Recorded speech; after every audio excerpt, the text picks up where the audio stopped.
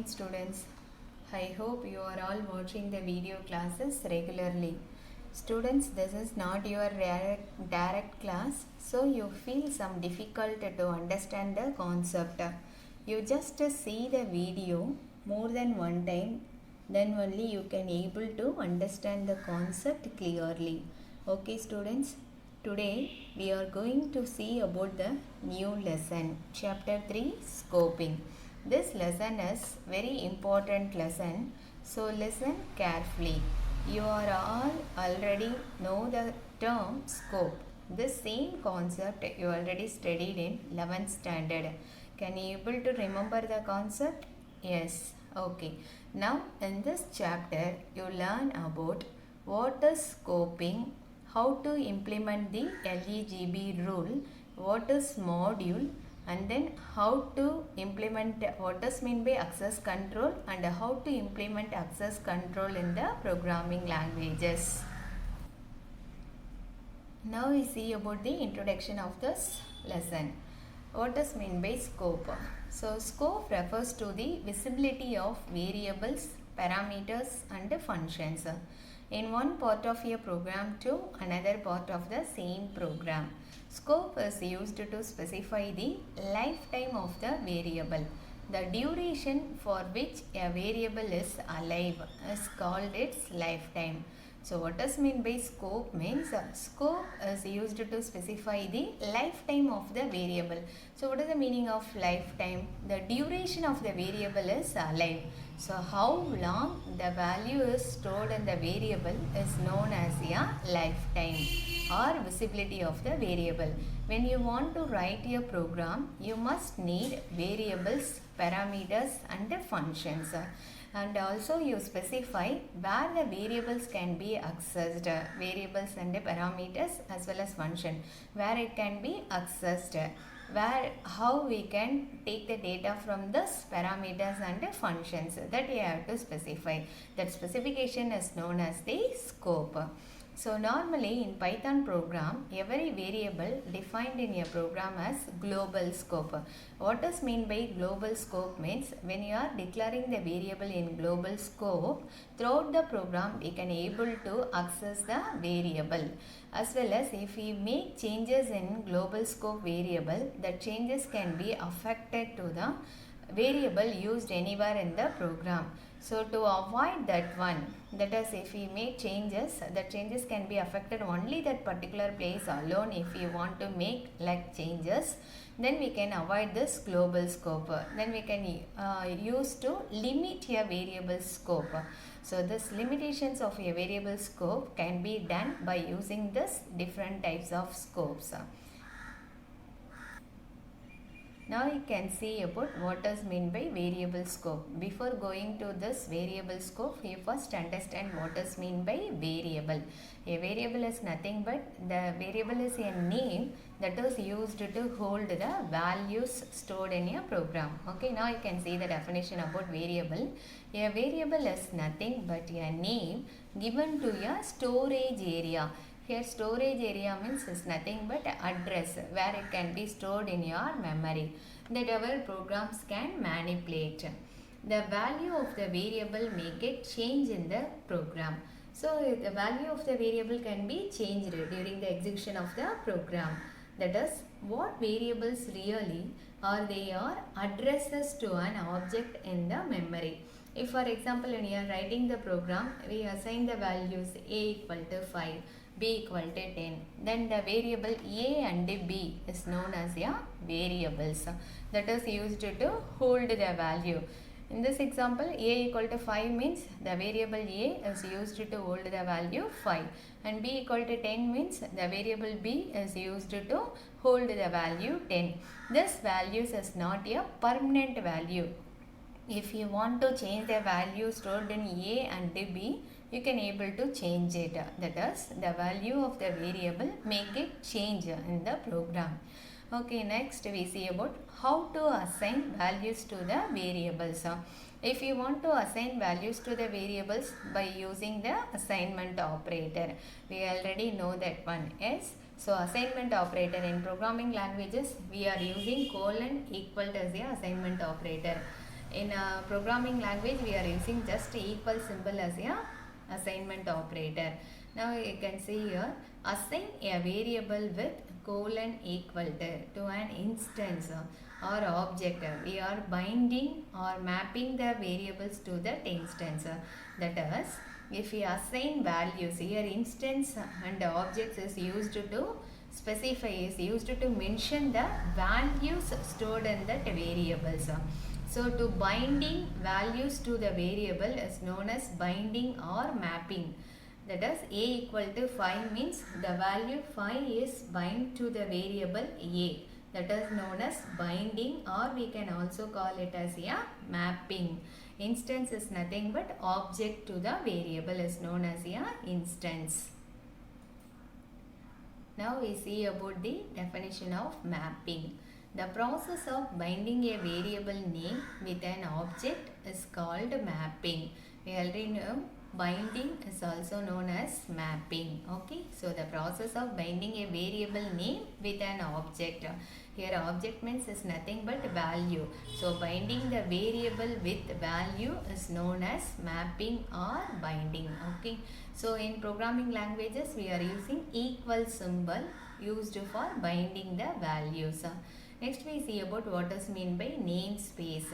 This word is also learned in 11th standard. Yes, in C++ programming we are using namespace as a container. Okay, now you can see the definition about namespace. Namespace or container for mapping names of variables to objects. So what does mean by here namespace means in programming there are several variables are used. We can assign so many values to the variables. So you must keep the record of different kinds of names and values stored on that variables. That record keeping is known as namespace. So namespace is a container that hold the records of different kinds of names and their values is known as namespace. Okay, for example, in dictionary, what content inside of the dictionary? The dictionary can have list of words and its meanings. Okay, the dictionary contain list of words and its meanings. The same way, namespace is a container that contains several different kinds of names and their values. Now you can see the example for mapping. In this example, we just use two statements. The first statement we assign value 5 to the variable a, and then second statement we just assign the variable b equal to a. Okay. So in this first statement, the value of 5 is binded to the variable a, and then second statement, the b equal to a means the value stored in a will be assigned to the variable b. That is, now you can see the mapping diagram. The value of a is 5 as well as the value of b is also 5. So both the variable a and b hold the value 5. In this example, we just extend the previous example. So previous example we are having only two statements, a equal to 5, b equal to a. In this example we added one more statement, a equal to 3. Now you can say what is the value stored in a either 5 or 3. So we know already a is having the value 3, because if we are giving the values, new values, if you are assigning the new values, the old value can be deleted, can be removed from that variable name. So a equal to 5, the value of a is assigned to b, and then we get new value for this a equal to 3. Now you can see this mapping diagram for clear understanding. So mapping after changing the value of a. So the value of a, now the value of a is 3 and the value of b is equal to 5. Now we see the definition about variable scope. So we already know what is mean by variable. Variable is a name is used to hold the values. Okay. So what is mean by variable scope means the scope of a variable is that part of the code where it is visible. So where the variable can be visible is known as a variable scope. See this example, disp. A equal to 7, print a. Disp. So in this disp is a function call statement. To call this function, to assign the value a equal to 7 and print a. The output of this code is 7. Now we see about LEGB rule. Scope also defines the order in which variables have to be mapped to the object in order to obtain the values.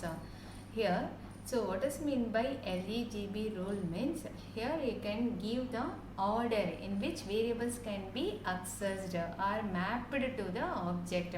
We already know here object is used to mention the values. Okay. Now you can see the example. So in this first line we assign x equal to outer of x variable, and then second step print x. Display is the function name, and then x equal to inner x variable, print x display. So in this example we can see there is two variables, but we are using the same name x.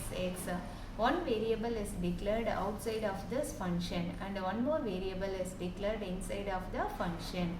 Here how we can identify which one is a local variable, which one is a outer variable means the variable declared inside the function is known as a inner variable.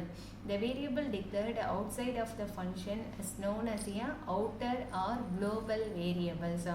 So once we execute this coding, it first print the outer x variable as a output, because first we see the first line, that is here we assign x equal to outer x variable. So print x, it just print the value of x.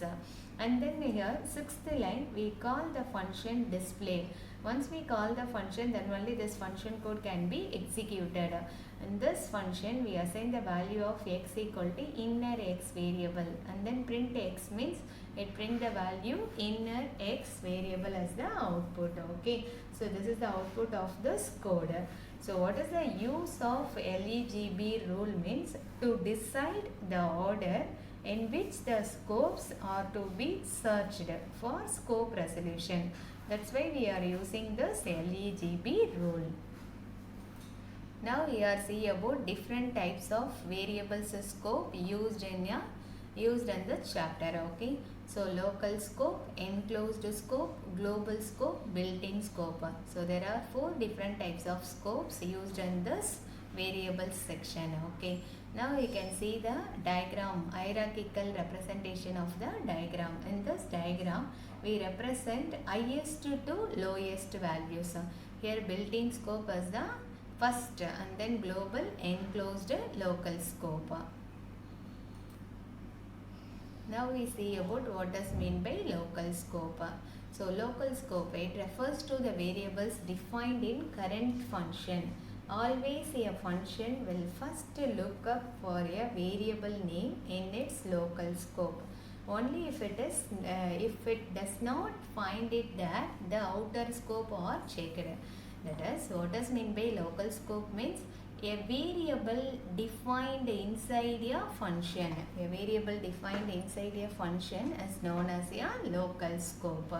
In this look at this example. In this example, a variable a is defined inside the function disp. A variable declared and defined inside the function is known as a local scope. Okay, so now you can see this disp is a function name, a equal to 7, print a.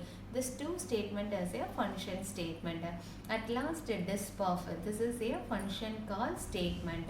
Now you can see the diagrammatic representation of the same coding.